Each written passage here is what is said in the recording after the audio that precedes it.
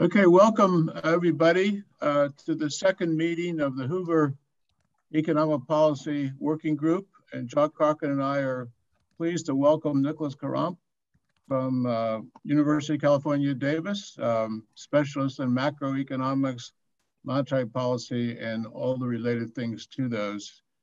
Nicolas got his PhD at MIT way back in 2017, and he's going to talk about the paper is Fiscal Policy and the Monetary Transmission Mechanism, and it's a joint paper with Ajamar Silva. So Nicolas, if you could just start it off, we'll have lots of questions, clarification during your talk, and of course we'll have a good Q&A, lots of time for Q&A when you're finished. So most welcome, and I'm glad you have such a good turnout today. Go ahead, Nicolas. Yeah, thank you very much, everyone, for coming. Thanks the organizers for inviting me. I'm so excited to be presenting in front of such an accomplished audience. Today I'm going to talk about fiscal policy and the monetary transmission mechanism. This is joint work with Ajamar Silva. So what we do in this paper is to revisit the monetary transmission mechanism and ask three basic questions. So first, we ask, how does monetary policy transmit to the real economy? And this is an old question, many attempts to answer this. We believe that in this paper, we bring new analytical insights that's going to shed some new light about how policy tools affect the real economy in the monetary transmission mechanism. And then we get a bit more policy. So the first question, the second question, sorry, is, does the central bank have the tools to control inflation? And it's a bit of a provocative question and very relevant for today's discussion. We're going to see if by changing the nominal interest rate, how much the Fed can achieve. And the last question, and it's coming from the title of the paper, is what's the role of fiscal policy in the monetary transmission mechanism? And even though there are quite a few in the audience that have worked in monetary fiscal interactions, actually fiscal policy is mostly overlooked in standard analysis. And what I'm going to show today, or reinforce relative to the big people that have talked about this, is how it's impossible to think about the monetary transmission mechanism without carefully studying the role of fiscal policy. So what do we do in this paper? We take a workhorse New Keynesian model and try to answer these questions. First, we provide a novel analytical characterization of the equilibrium of the economy. And we identify two main channels through which the monetary transmission mechanism operates. That's the intertemporal substitution channel and the wealth effect, where the wealth effect is defined as the revaluation of the household's financial and human wealth. What's perhaps new in what we find is that the wealth effect is quantitatively important in the monetary transmission mechanism, even if we are in a world of a representative agent that conforms to the expectation hypothesis, and if the shock, like a monetary shock, is short-lived and transitory. The second main result is perhaps the most important result of the paper, and is the one that's going to allow me to talk about policy, which is that the wealth effect is tightly connected to fiscal variables. So what tightly connected means, I'm going to be very precise in a few slides, but to give you a sense of why this result is so important, think about the following. We find that the wealth effect of a contractionary monetary shock in this economy is negative if and only if the fiscal response to a monetary shock is also contractionary. So the only way we can have a negative revaluation of households' wealth after a contractionary monetary shock is if the fiscal response that comes with that shock is also contractionary. Why should we care about that? Well, because we find that inflation is highly dependent, so the dynamics of inflation are highly dependent on wealth effects and therefore of the fiscal backing. And again, let me put this in perspective. We find that after a contractionary monetary shock, inflation decreases in the economy only if fiscal policy is also contractionary. Okay, so when I get to that point, I will just tell a bit about what that means to interpret what's the power that the Fed has to, for example, stabilize inflation if the economy is running a bit hot and it doesn't have the cooperation of the fiscal side. And lastly, I'm going to do some comparative statics, and I'm going to talk about the relevance of monetary fiscal coordination for economies that have different degrees of price stickiness or where they differ in terms of the slope of the Phillips curve. And I'm going to talk a bit about some cross-country comparisons that might be useful to think about monetary fiscal regimes. So this is the objective, the main objective of the talk. Feel free to interrupt me at any point with clarification questions or any other question you might have. Okay, so I will try to keep the math and long equations to a bare minimum, but I have to go through a few equations to describe the model. The model is a standard representative agent New Keynesian model that's augmented to incorporate fiscal variables. So the equilibrium of the economy can be characterized by 4 main equations. The first one is the household's intertemporal Euler equation, which connects consumption in T with consumption in T plus 1, and the real interest rate mediated by the intertemporal elasticity of substitution. The second equation is the New Keynesian Phillips curve that says that inflation today depends on inflation tomorrow, as well as a measure of the output gap, where here is just consumption. And kappa is the slope of the Phillips curve, where low values of kappa means that prices are relatively sticky, and high values of kappa means that they are relatively more flexible. So that's well known if for those who do standard monetary theory. The third equation is very well known, but mostly overlooked in standard analysis, which is the household's intertemporal budget constraint. And the intertemporal budget constraint just says that the present value of consumption has to be equal to the household's wealth. Now, this is where fiscal policy enters. So let me briefly tell you how it enters. We have a proportional tax to income. So 1 minus tau YT is the after-tax household income. Then households receive interest payments from the holdings of government bonds, which is denoted here by QB. And then the last term is a lump sum transfer that's very common in this literature, which is the one that's going to adjust to make sure that the budget constraint of the government is satisfied. The last term, yes, sorry. Are these taxes distortionary, or are we going to end up somehow not having tax distortions in the equilibrium? Right. So it's going to affect the dynamics. They are, so yeah, I think the short answer, they are distortions. The first order conditions would inherit the tax rate if they were in, right. But maybe they don't. No, they do. They do, and the reason is that depending on the type of equilibrium we look at, tau will matter or not. So the short answer is it distorts the steady state. For whether it matters for the dynamics of the economy after a monetary shock depends on the equilibrium. For example, the Taylor equilibrium will not matter. I will show you a bit of the math later. And the last term in the budget constraint is the effect of government bonds holdings in period 0. And there are 2 terms here. One is Q0. Now, what you need to know here, not the details, but the fact that we are considering long-term government bonds. So when the interest rate changes, the price of a long-term government bond is going to change. And that's going to be taken into account. The second term Ask a question real quickly, please, in the third equation. Yes. So in most countries, nominal interest is taxed. So where's right?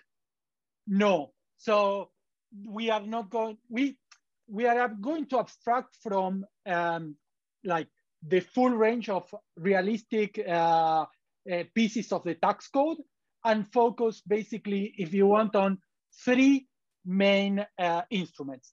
We have the proportional tax to income. We have the level of government debt, which has its price. And then these lump sum transfers that you can think in terms of unemployment insurance or checks that the government sends. It's not something fully realistic, but something that the literature uses as a mechanism of adjustment. So you're trying to get rid of the, you're trying to balance the government's books. And yes, exactly. Yeah, okay. Yeah. But I agree with you that like if we wanted to be fully precise about quantitatively, we would need to add quite a few taxes in here. So this is just the first pass. Especially since you're looking at monetary policy and control of inflation, and given we're taxing nominal interest, it's right. Yeah, no. Nominal interest in some instances, although not right. limited, but you know. So this is a first attempt to stay as close as possible to the literature, with but looking at some important things. But I agree with you that that's important as well. I might have put in lump sum taxes here and just keep the distortions off the table, because I don't think they're all relevant to what you're trying to do. They will matter only a little bit, and probably zero in the presentation, a little bit in the paper. But I agree with you, John.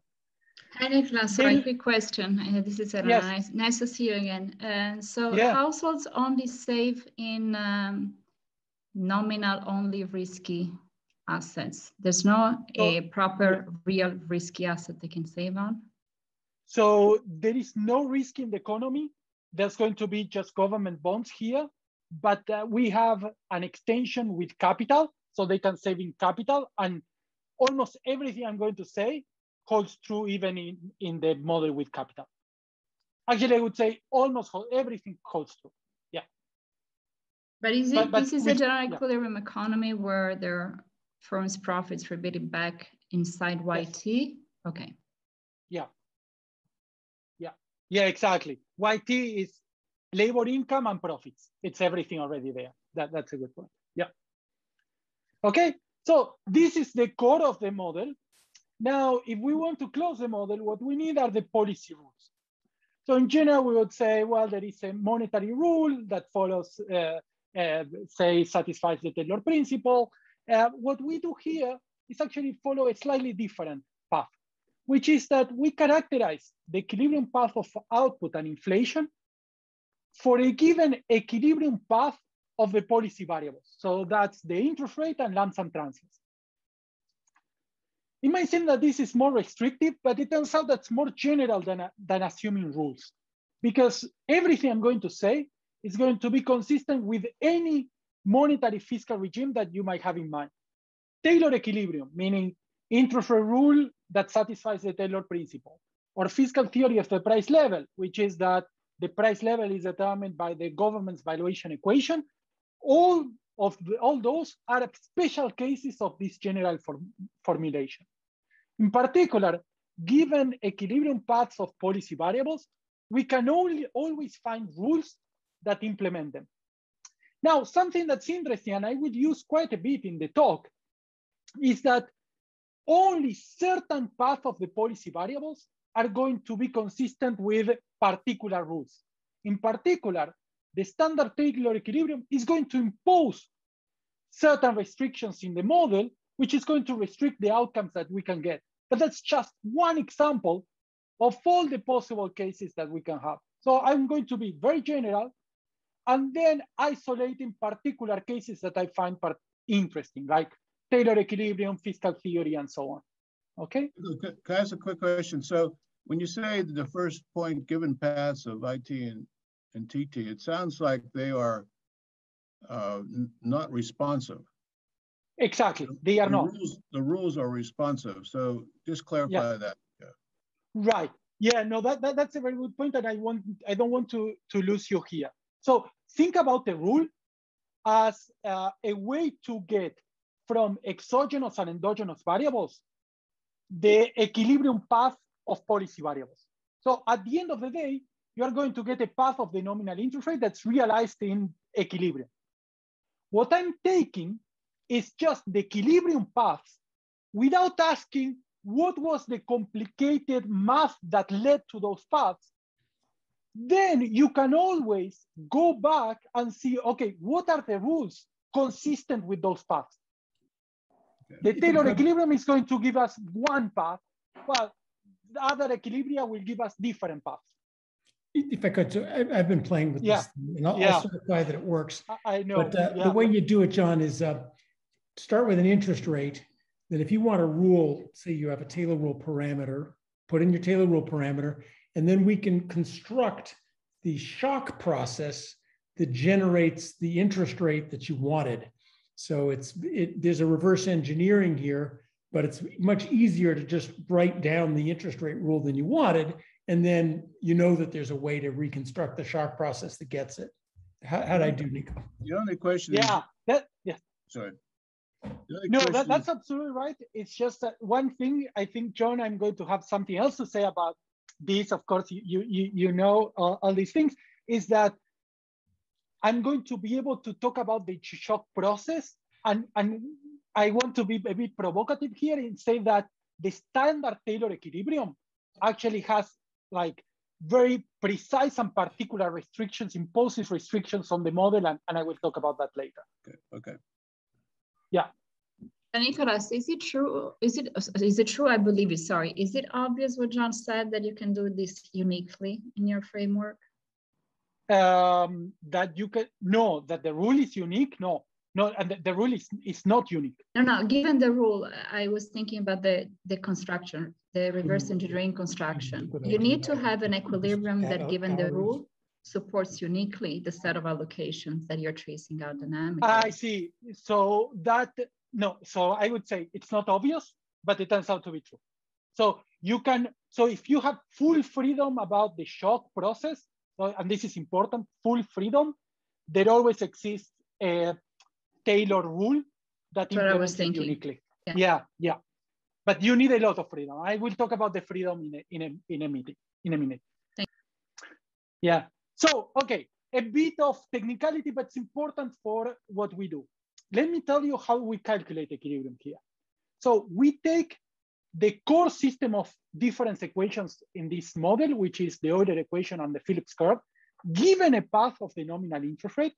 It's well known that if you calculate the eigenvalues of the system, you have one outside the unit circle, one inside the unit circle, meaning that if you want determinacy, you need a terminal condition.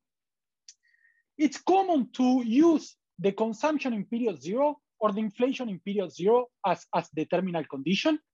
We go in a slightly different route that's going to, we think, unlock a full set of new insights, which is the wealth effect. So the wealth effect is defined as the permanent income of the households. So and I'm going to denote it by omega 0. Omega 0 is going to appear quite a bit. This is the right-hand side of the budget constraint of the households multiplied by 1 minus beta. Okay, this is permanent income, which means that basically from the budget constraint of the households, what we have is that average consumption has to be equal to the wealth effect, omega 0. Okay, so that's the variable that we're going to use as a terminal condition. Good. After all this, I can show you the main analytical result in the paper, which is the consumption decomposition in general equilibrium.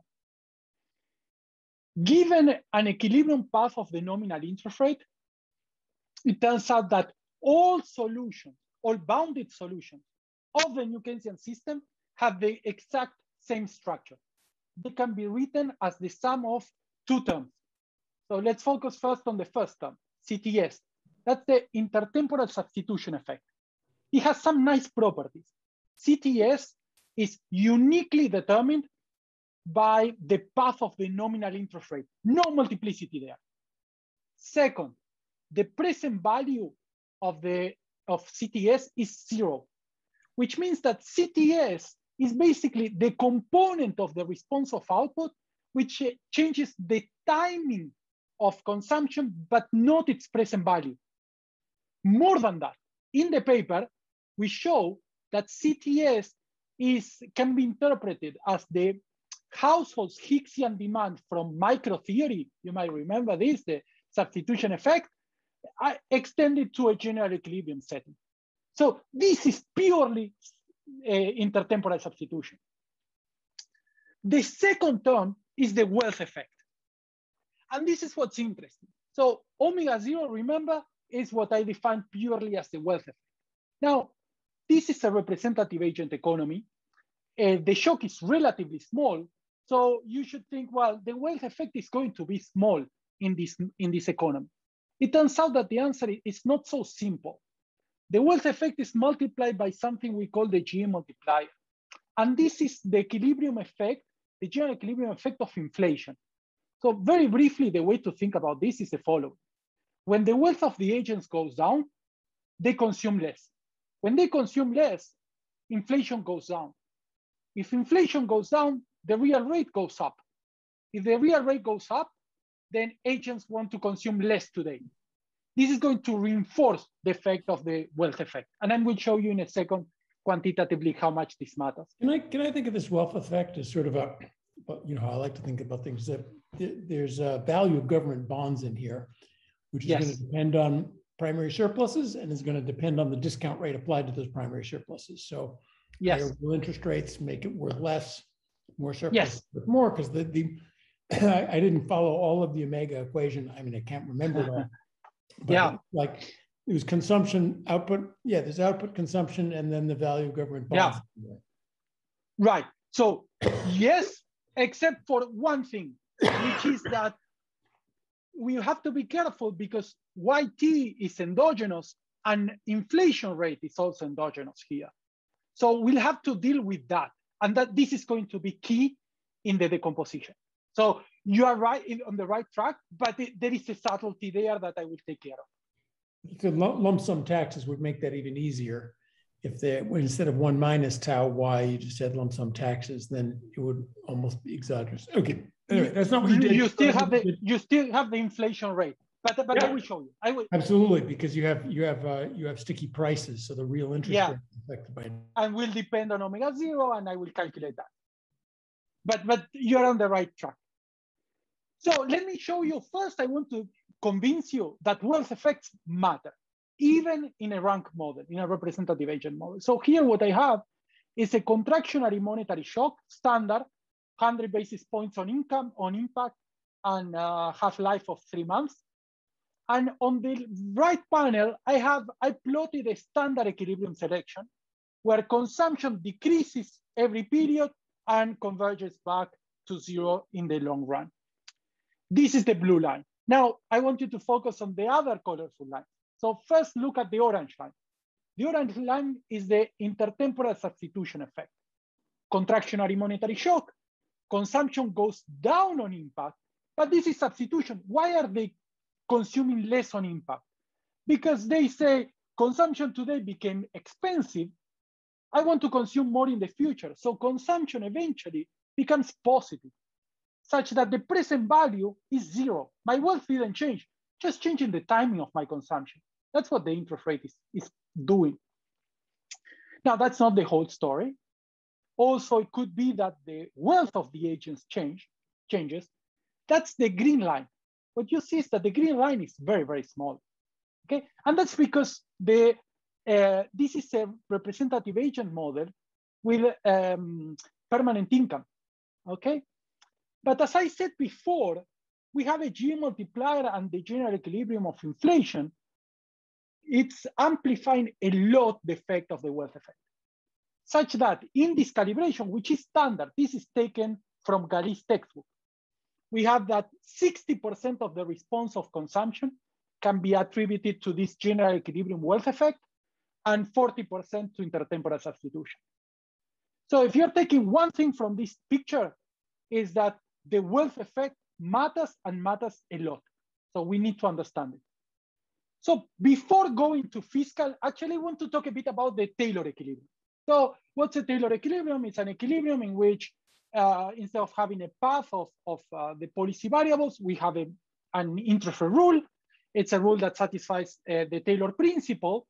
And let me put an extra restriction on the rule, which is that I'm going to shock the economy with a standard monetary shock, but a shock that decays sufficiently fast. And I will talk about the decaying in a second. But if you accept that restriction on the monetary shock, it turns out that the Taylor equilibrium is one of the solutions of the New Keynesian model that has very particular and interesting characteristics. In particular, the Taylor equilibrium is the unique, purely forward-looking solution of the New Keynesian system. What does this mean? It's the only solution of the system that each point in time doesn't look back. So consumption is determined by the interest rate today and in the future, never in the past. Sorry, and moreover, yeah. Can you just tell us which Taylor rule you have in mind and what epsilon and psi are? So can I just when you get around and to I go, yeah, I will get to that. So another thing I want to say, and this is what's going to be important, is that the Taylor equilibrium is just a way of selecting, according to our decomposition that I showed you before, it's a way of selecting the wealth effect. The Taylor equilibrium corresponds to a particular value of the wealth effect. Everything else is the same. In fact, the fiscal theory of the price level is going to be another way of selecting the wealth effect. Okay, that's going to be related to the fiscal backing, but I'm going to get there. So, John, I think what you have in mind is the observational equivalence result and what we talked about now.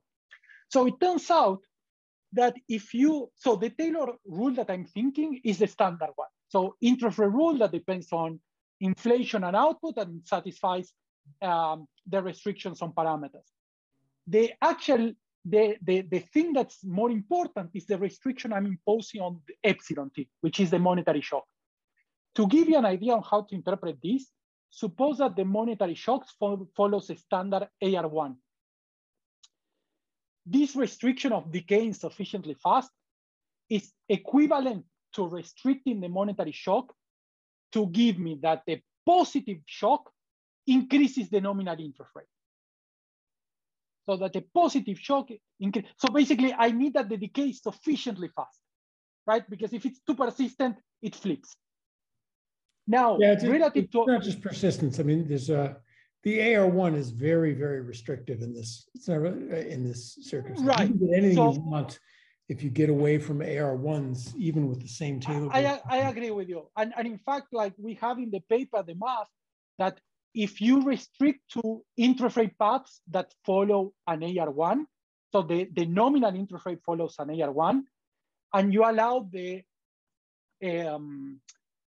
process for the epsilon to not decay sufficiently fast and to follow an ARMA 2-1, you can get any solution of the New Keynesian system as a Taylor equilibrium.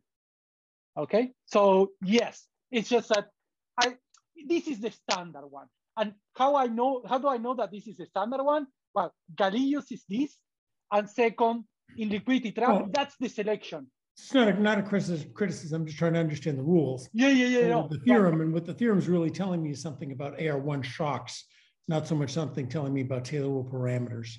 That AR1 shocks give you uniquely forward, which is of course what they do. AR1 shocks are Markovian. If you have an AR1 shock, then today is the state variable for the future. So of course today is the state variable for the future. Got it. No, but like it has to decay sufficiently fast. And that's a technicality, but it's very important. Oh yeah. Permanent shocks give rise to a higher inflation when you raise interest rates in this model.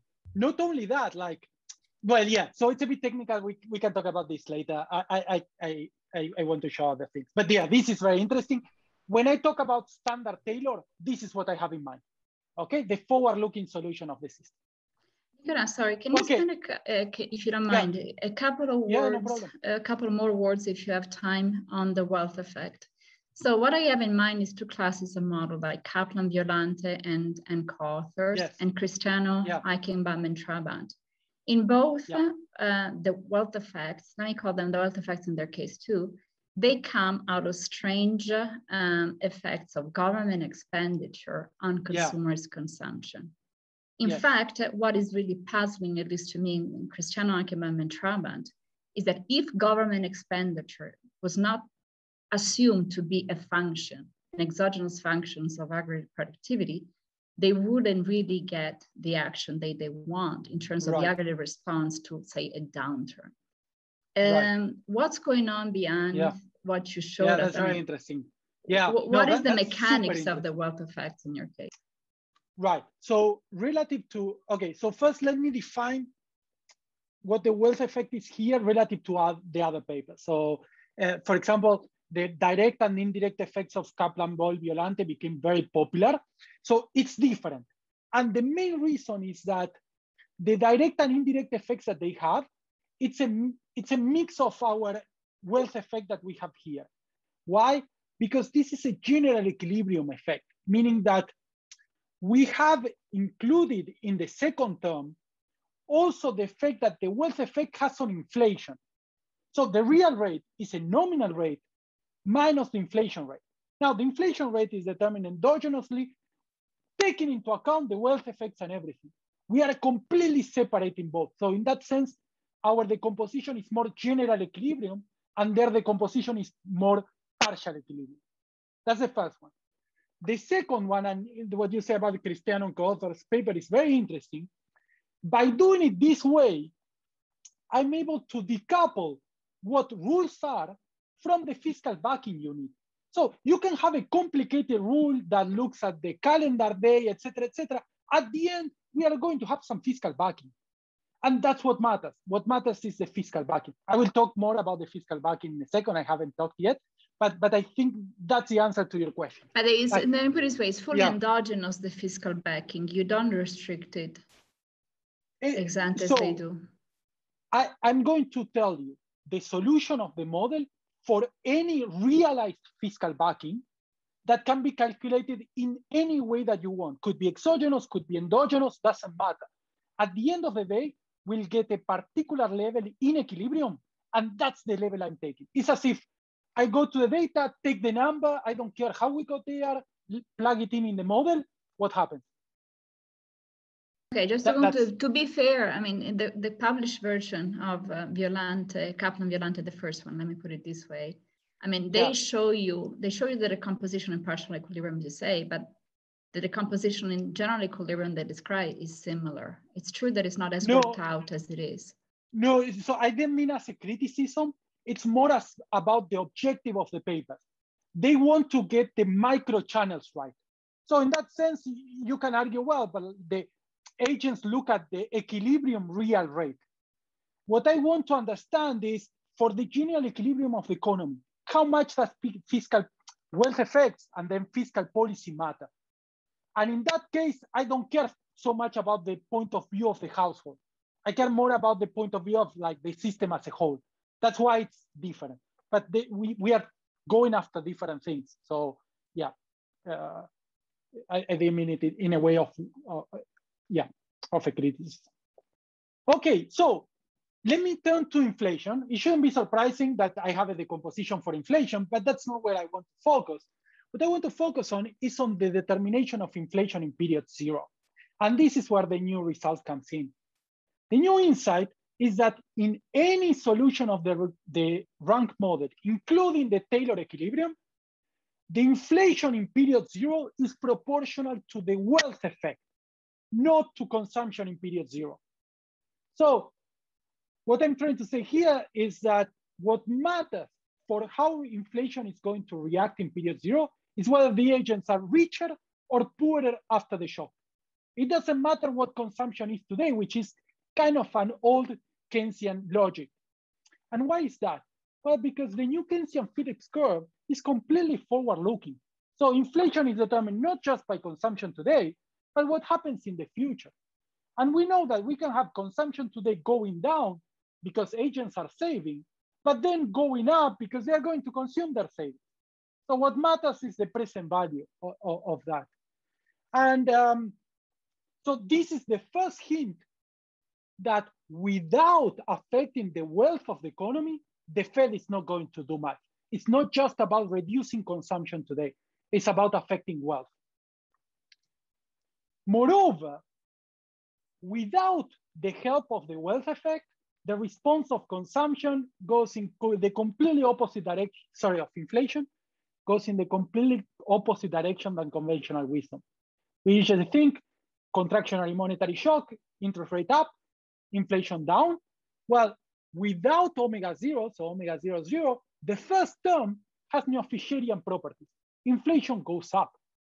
So we are in this situation in which if we want to reconcile conventional wisdom with the model, we need to make sure that the monetary policy monetary transmission mechanism generates a strong negative wealth effect. Okay, so let me show you how the dynamics of consumption and inflation look like for different values of omega 0. For now, I'm taking that as a parameter. I will tell you in a second how to think about that. The blue line is the standard Taylor equilibrium. Consumption and inflation go down and they converge to 0 from below. Focus on the orange line. That's the case in which omega 0 is 0. There is no change in wealth. What happens? Consumption goes down on impact, but eventually becomes positive, present value of 0. Inflation doesn't react on impact, and it goes down, completely linear. It goes up, completely linear Fisherian. The third line I want you to look at is the green line, which is the fiscal theory of the price level equilibrium. So I haven't told you how to calculate this yet, but I want to show you in a graph what's going to be the answer. You can see that the fiscal theory is in between Taylor and no wealth effect. On impact, inflation is negative, which means that in our calibration, the fiscal theory generates negative wealth effects, but very quickly becomes positive, which means that it doesn't generate wealth effects strong enough to undo the neo-Fisherian properties I showed you before. Okay. So if you have to take one message from this graph, is that wealth effects matter and they matter a lot. So the natural next question is, yeah. Nico, I just wanted to get clarification. For the green line on inflation, that is coming off of the maturity structure, right? It is coming absolutely from the maturity structure. You have long-term debt in here. I got the fiscal line to go down at all. Yeah. No, it took Eric and me, God knows how much sweat to get the fiscal green line to go down. I will show you. Yeah, you were right all along. The long-term debt trick, I know that super one. Strong. The result is super strong. So it was amazing when we found it. It only took us 3 years, right, Eric? Yeah. Okay. So the next natural question is, how wealth effects are determined? And if you survive until now it's the payoff. It's fiscal policy. Okay, so let me show you how. Remember the formula for the wealth effect. So this was the right-hand side of the household budget constraint. Okay, basically. Now, from the analysis before, we have an expression for output in terms of the wealth effect and an expression for inflation in terms of the wealth effect.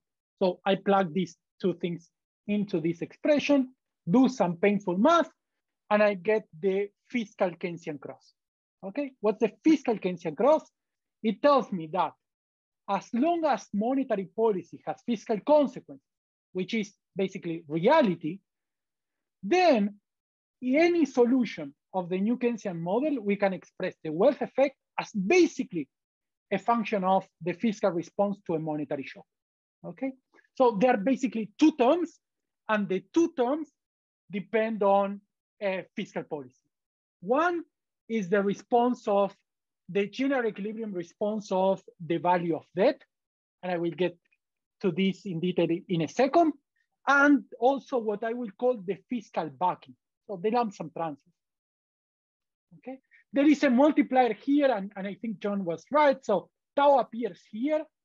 I will not talk about tau too much. In the paper, I talk about tau a little bit more. Are you getting some? This is only different from much simpler stuff I've done in the tau y stuff. So you must be getting some fiscal monetary interaction out of the output effects of monetary policy that then feed back into the feedback in. So if you generate more output, then you're going to generate more taxes and a fiscal surplus. Right. That must be the feedback effect you've got going on here that simpler models don't. Right. So there are two things here, and they're a bit technical, but like first they changed the multiplier. So it's kind of important to have the tau here for the quantitative exercise, not super, but kind of. And also when I talk about the primary surpluses, and I want to talk about the fiscal backing in Taylor, well, that also matters a little bit. Now, wait, and the last thing it matters. It's helping actually. So what happens is if you lower out, these are lowering output. If you lower output, you lower tax revenues, and that's going. No, that's going to go the wrong way. Sorry, you're fighting. Right, because it's not going to matter too much, because you can see that output appears here, but then output is basically the wealth effect. So the wealth effect will disappear. Okay. So that part will disappear, you see. So that's the beauty of it also. And that's something we wanted to emphasize. You cannot think about this without solving for the expression, because there are going to be things that are general equilibrium that you're going to get wrong. And there are two basically, output and the inflation. Inflation depends on omega zero. So you have to be careful with that. That's the subtlety if you want. So let me show you, okay, so if you want to get the magnitude of the wealth effect right, you need to look at fiscal variables. And let me show you how to use this. So take the fiscal Keynesian cross and just rearrange it such that you get the fiscal backing as a function of your selection, equilibrium selection. You want to know what's the fiscal backing in Taylor equilibrium? Just plug in omega zero Taylor. You want to go know what happens, what you need, what fiscal backing you need in the fiscal theory, plug fiscal theory, okay? Let me focus on Taylor. I think these exercises are interesting and informative. So what I'm doing here, I'm plotting the fiscal backing necessary to sustain the Taylor equilibrium as a function of the maturity of government debt and as a function of the debt to GDP ratio. So as a first pass, focus on the orange dots. The orange dots are our calibration. So basically a duration of 5 years and a debt to GDP ratio of 1. What we find is for a shock that increases the nominal interest rate by 100 basis points and has a half-life of 3 months, very short-lived shock, the Taylor equilibrium in our calibration requires a fiscal backing of 63 basis points of annual GDP. That's a big adjustment. Let me go for debt to GDP ratio, right? So it depends a lot, right? So let's do some comparative studies. Okay. So I presume like we have 100% debt to GDP ratio in your numbers. Right. Let's start then. You're curious about the debt to GDP ratio. Let's go there first. Oh, I'm sorry. You're getting there. No, don't worry. Yeah. So panel B.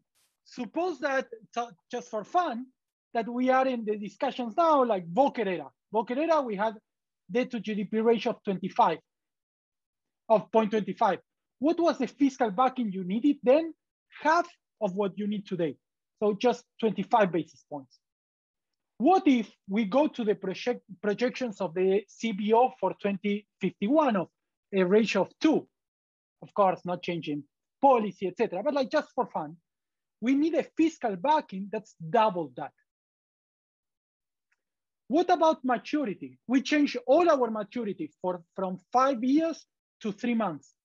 We need to double the fiscal backing to sustain the Taylor equilibrium to more than 1% of annual GDP for a shock that was 100 basis points, half-life of 3 months.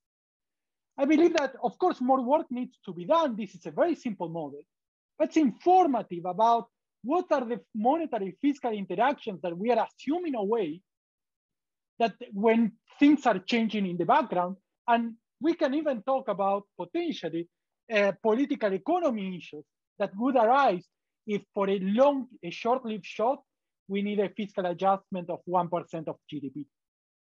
Okay? Actually, I think to be fair, we don't assume them away, we sweep them under the rug. Okay. Right? We assume they take place.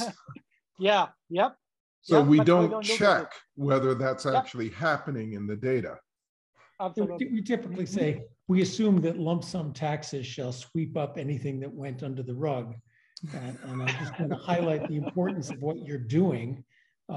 This time around, it's not obvious that fiscal authorities will do the tightening as a fiscal policy requires them to do. It's a question to ask at the very least. Yeah, absolutely.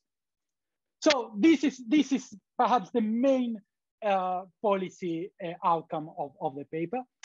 Let me tell you a bit. So I talked a lot about the Taylor equilibrium. Let me tell you what I meant by the fiscal theory. I meant an equilibrium in which the government debt is positive, but the present value of primary surpluses, it doesn't change after a monetary shock. I know that the fiscal theory has moved away from this benchmark, but I think it's a useful benchmark. And this is what's interesting. And John has hinted this or even stated this in his work. We go perhaps formalize it a bit differently, which is the following. Remember, the inflation in period 0 is determined by the sign of the wealth effect. In the fiscal theory of the price level, the only way we can have a negative wealth effect after a contractionary monetary shock is if the maturity of debt is sufficiently long. It turns out that the threshold is determined by one of the eigenvalues of the system. So a negative wealth effect in this simple fiscal theory comes only with sufficiently long government debt. Let me show you why this matters. So different maturities. I consider. But before Eric explodes, I'm uncomfortable labeling this the fiscal theory of the price level. Right. It's an assumption about an interest rate change where there is no change in primary surpluses. But the fiscal theory of the price level allows all sorts of fiscal rules. For example, fiscal policy could respond to inflation, which would give you all sorts of different answers. I completely agree, Eric? Yeah. So John is right. Yeah, no, I agree with that. So in the paper, let's just label it. When there is no fiscal response.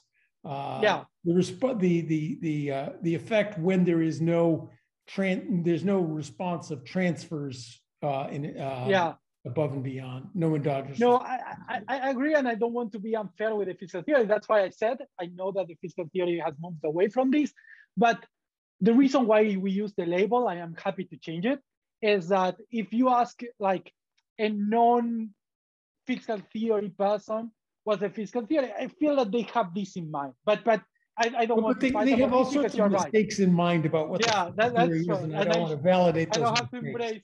But I'm sorry for the linguistic quibble. Let's just no, I agree, and I want that to be clear. We are looking at a particular equilibrium where the primary surpluses don't change. But this is what I wanted to emphasize. So the red line, the green line is our calibrated equilibrium I showed you before. What happens if that is just one period, so 3 months? We have still that the consumption goes down on impact, eventually it becomes positive, but this is what's interesting. Inflation goes up. Agents are richer after a contractionary monetary shock. Why is that? Because with short-term debt and the interest rate going up, then they don't have the price effect from their savings, but they have a higher rate of return. So they are going to be happy from this change. Another thing I wanted to show you is what happens if we move from a 5-year duration to a console. It turns out that it doesn't change the dynamics much. This was a surprise to us, which means that the effect of maturity is very nonlinear, and it matters a lot at the short end and very little at the long end. That's because you have a very transitory interest rate response. Yeah, very short. Interest rate response, you'd have a huge difference with the maturity structure of debt. It's just, I agree. Your interest rate's all over by the time your 5-year debts come due. Right. Yeah, exactly. That's absolutely true. This is a 3-month half-life shock. So very short lived. Well, also, this is using the trick of decaying maturities. So you always have maturities of all length out there. Right. So it's not like what John was saying. It's not that if you say it's 5-year maturity, then there's nothing out there after, beyond 5 years. It's just that there's less. Right, but like it's true. That makes a big difference. I think that makes a big difference too. I would encourage you to look at more persistent interest rate paths. I won't say shocks, because our Fed doesn't do 3-month experiments. That's a fair point. It does at least 4 to 5 year experiments, and you know those are quantitatively important.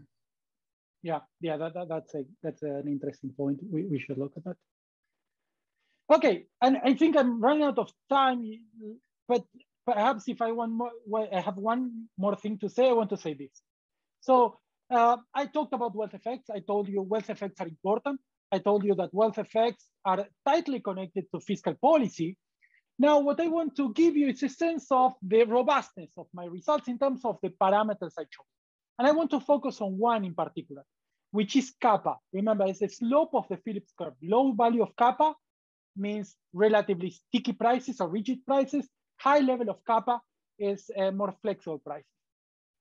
And what I want to show you is how the response of the economy changes to the same path of the nominal interest rate, depending on the value of kappa.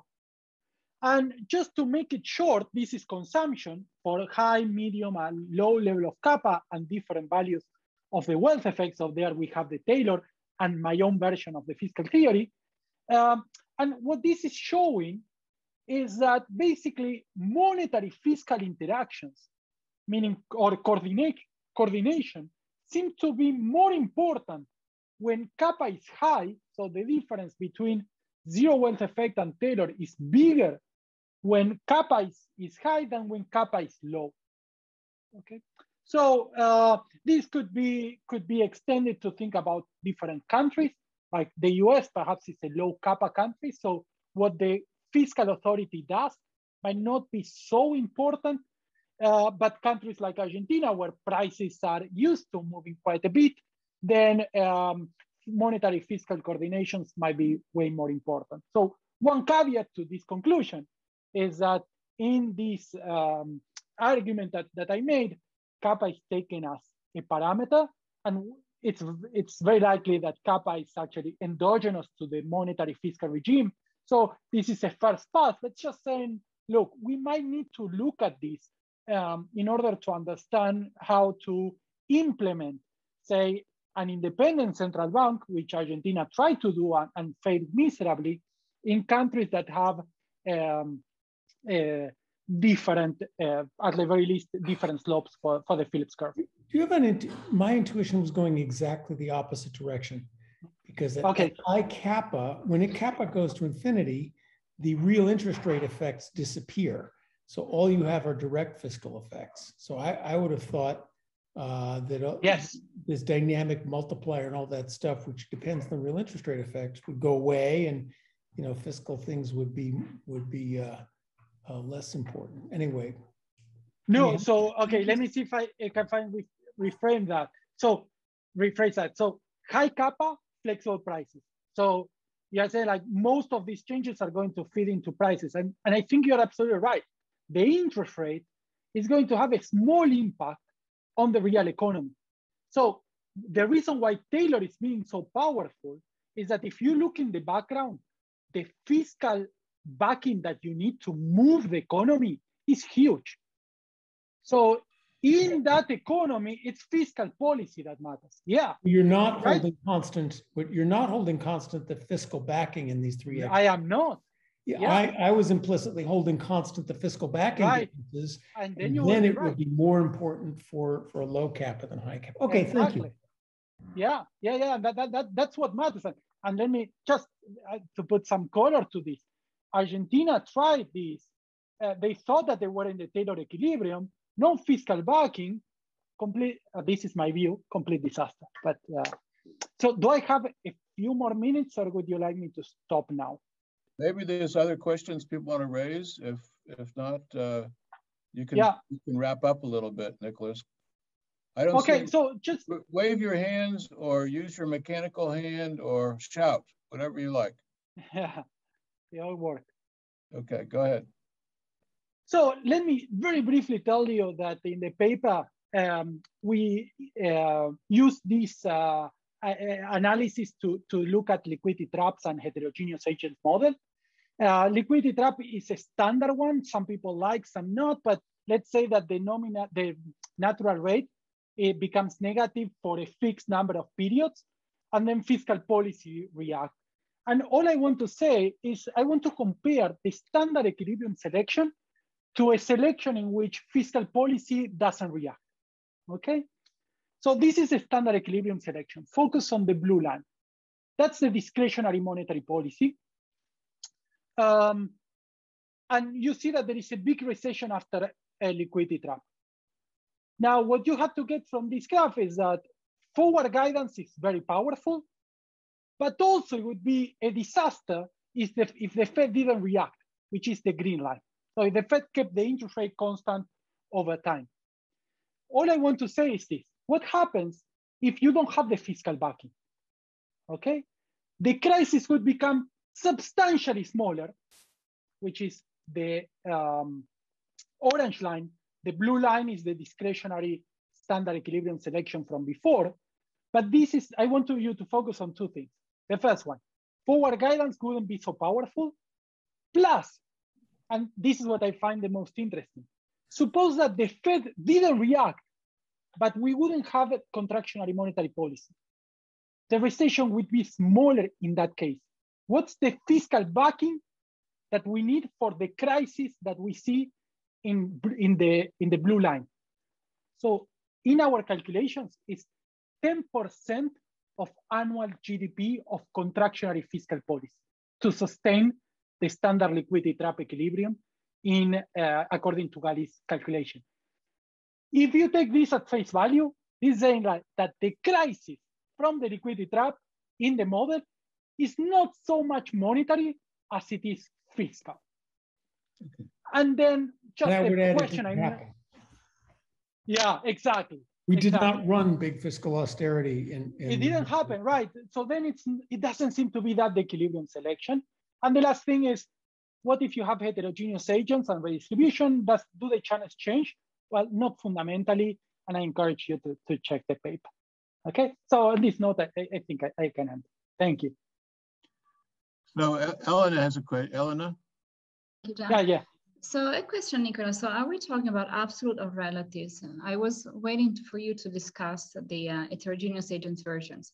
So let me tell you what I know, right? The Hank models from the very early 2017-18 papers of Mold co-authors, I mean, they taught us that if you take a standard rank model and you are interested in decomposing the substitution and income effects of the transmission of monetary policy, most of it is substitution effect. If you abstract from differences in marginal propensity to consume of households, not having assets with different degree of liquidity and different returns give you a response that are counterfactual because they're only substitution active.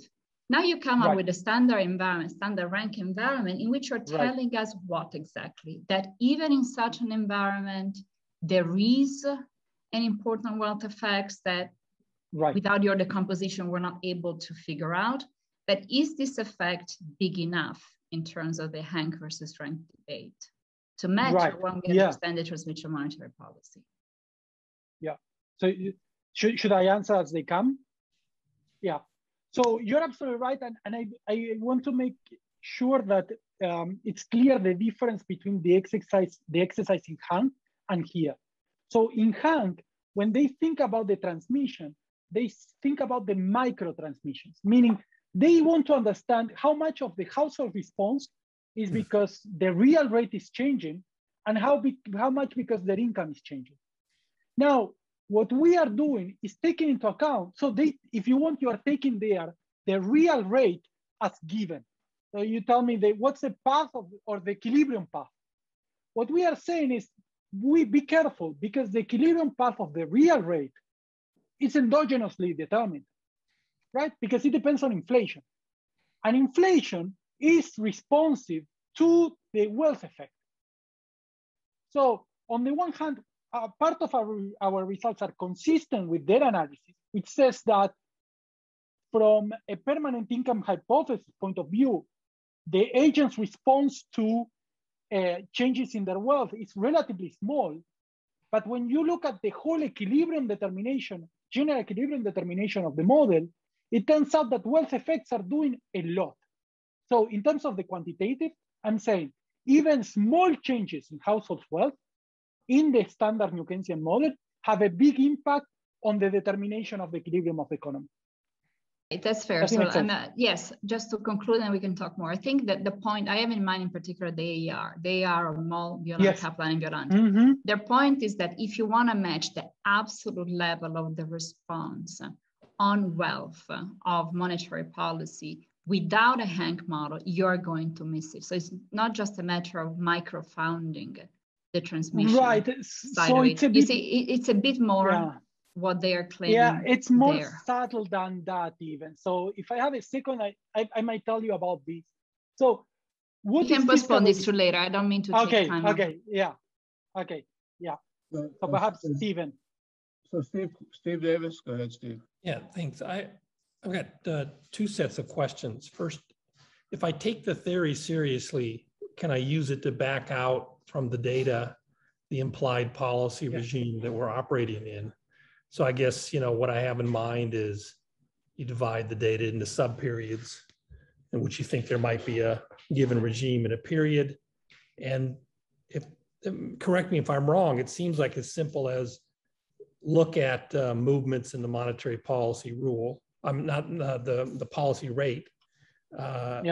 Examine the response of inflation, exactly how to do that. There's a bunch of details. Characterize that on average and back out from that some implied policy rule. Am I thinking about it correctly?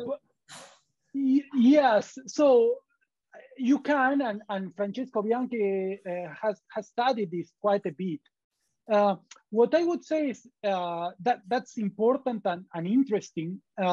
We take a slightly different view, which is tell me what you saw in reality. Forget about rules for a second, right?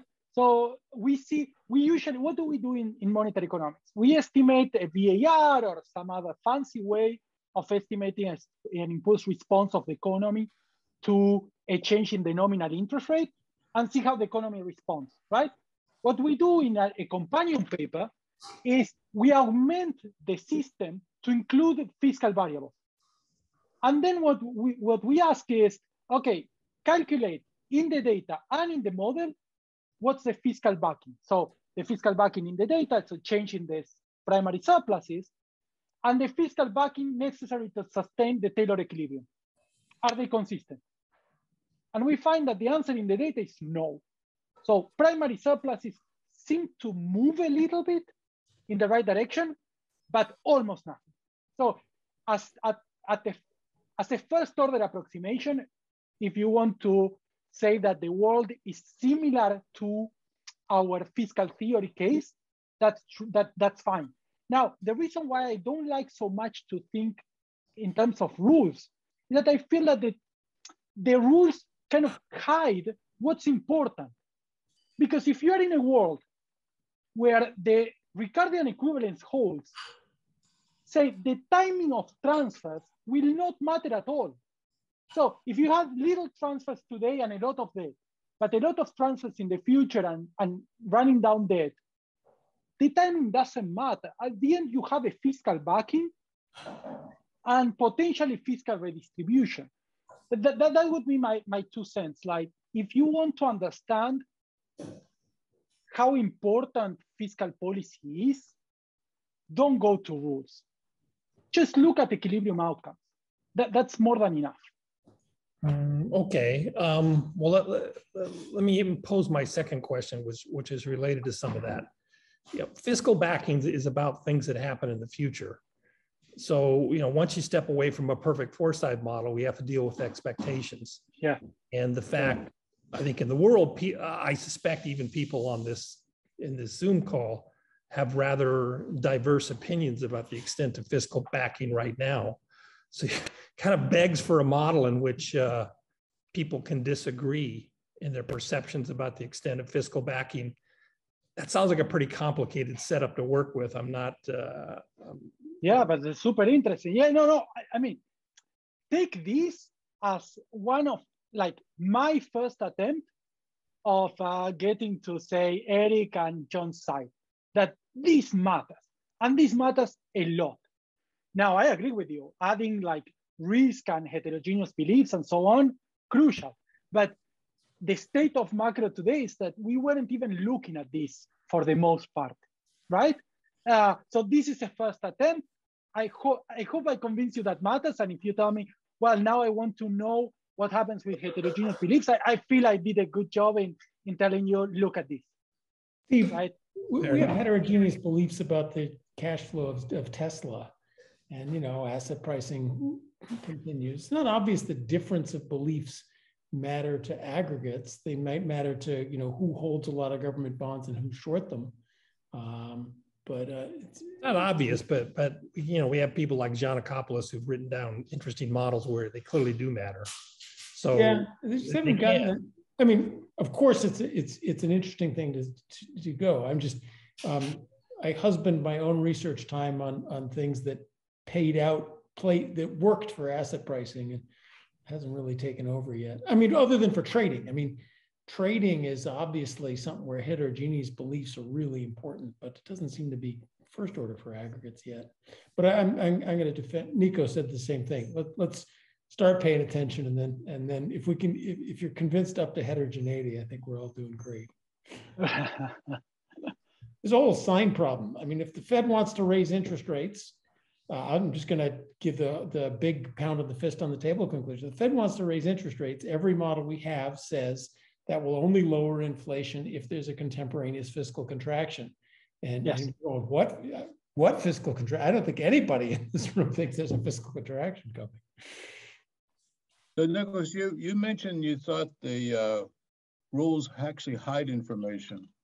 And it seems sort of counterintuitive because a rule will lay out the whole policy. So, and then you mentioned forward and guidance is maybe not consistent with the policy. So those two things both seem to raise questions in my mind. Right. So with respect to the first claim, what I mean is, if we want, so my feeling when we started writing this paper was, we are going after an old question that perhaps doesn't have a clear answer yet, surprisingly. So if we want to understand the transmission of monetary policy to the economy, and we want to understand the role of fiscal policy, do we need rules? Well, that's not even how we study monetary shocks when we do impulse responses. We just say, there is an innovation, let's see how the economy responds. Now, of course, the rule is going to be a mechanism, or if you want a technology, that fits shock and endogenous variables, and then spits out an equilibrium path. It turns out that because of the nature of the model, if you are willing to feed the model with equilibrium paths of all the policy variables in the model, fiscal and monetary, the model has a unique prediction about what's going to happen.